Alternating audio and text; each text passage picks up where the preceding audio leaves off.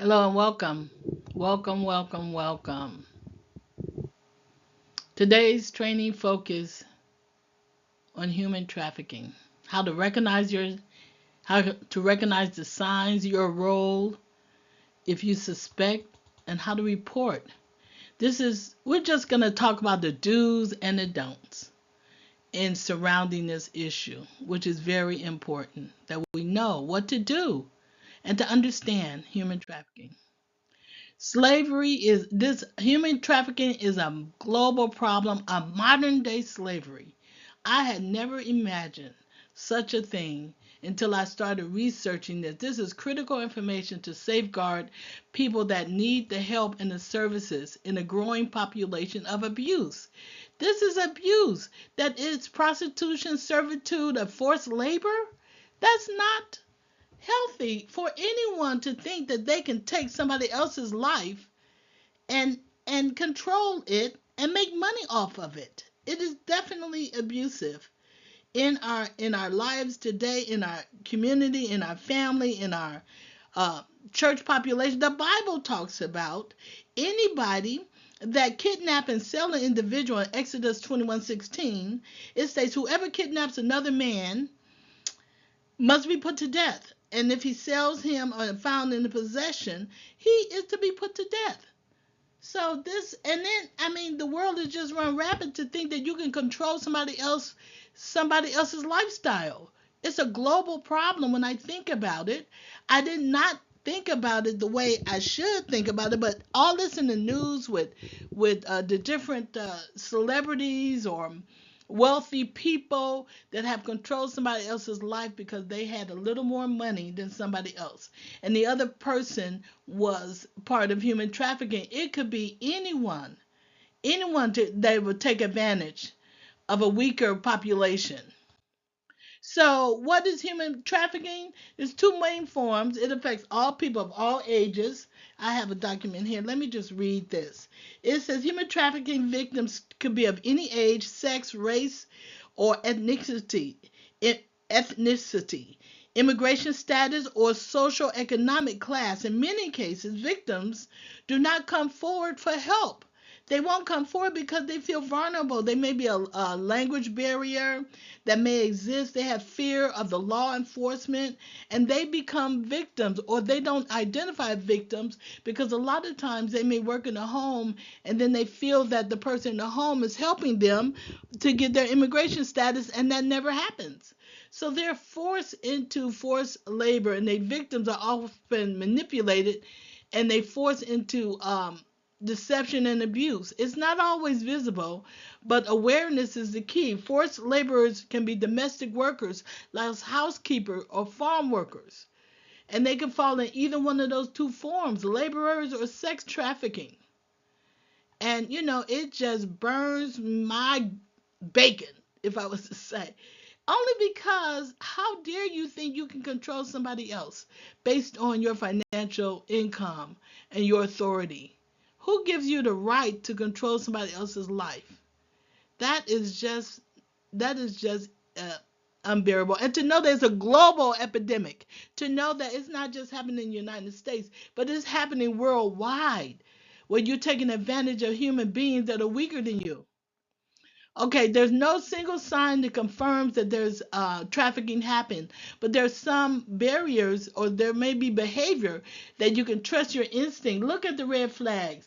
If they appear fearful, or anxious, or submissive, if they avoid eye contact or law enforcement, they don't have money or control their own money, they show signs of abuse, and they work long hours in poor conditions. Just look at some of it. And so sometimes the story is not consistent. Trust your instinct. If you feel that there's something that worth paying attention to, then pay attention to it. But what do you do after you've paid attention to it? Let's talk about that. I tell you, be safe. Whatever you do, be safe and make sure the other person's safe, because you don't know if the trafficker might be nearby watching. They're watching their money, they're watching to see, and they're watching the person's behavior to see. I saw some of those movies, Taken. You remember the movie Taken? He had to Taken 1, Taken 2, Taken 3.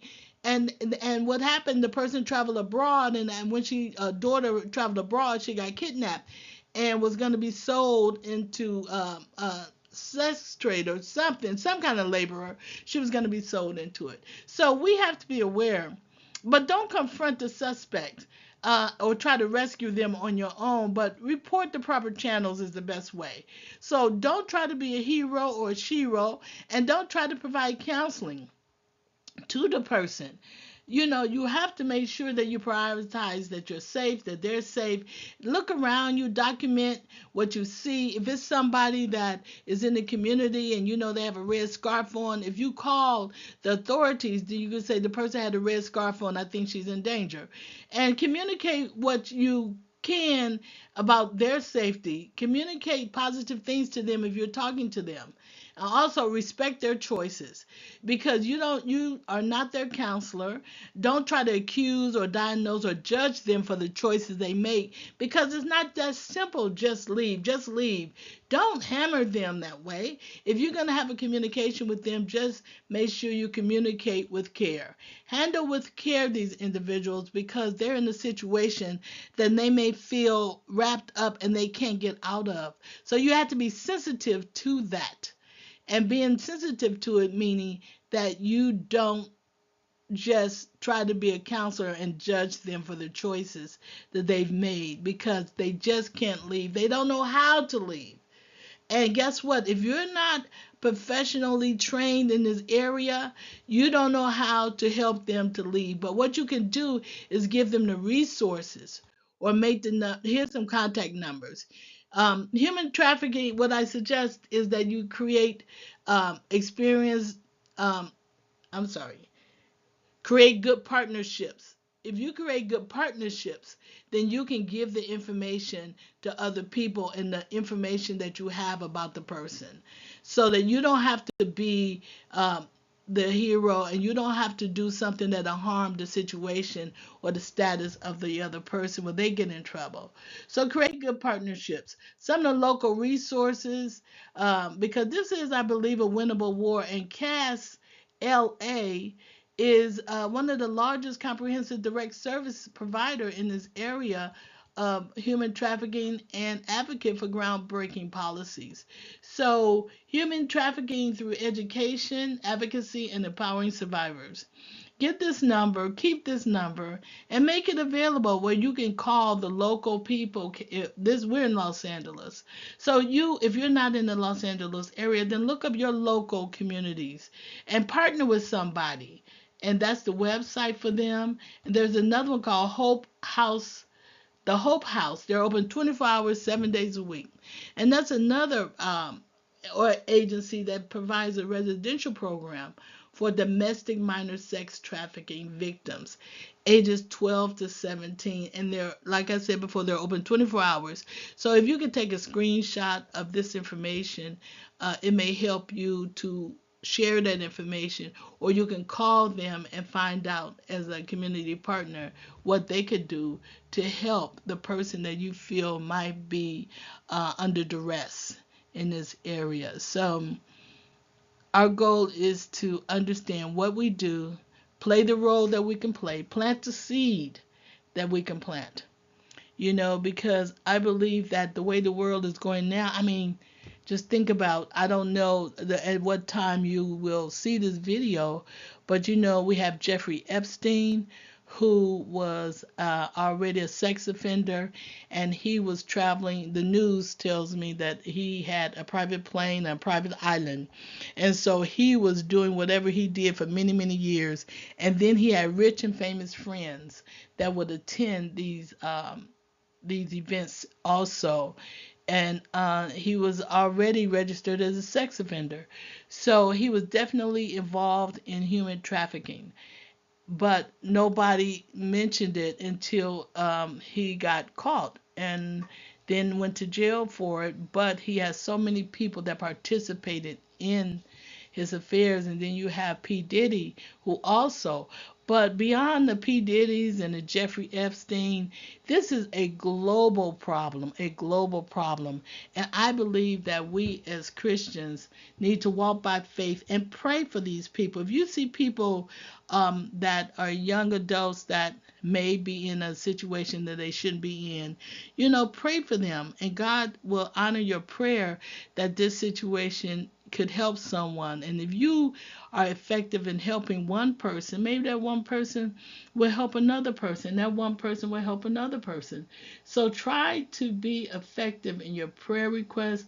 Lord, bless and keep those people that are bound up in human trafficking. Let them find the light. Let them find freedom. And those people that do find the light and do find freedom, let them go back and reach out and help the others that may need your help.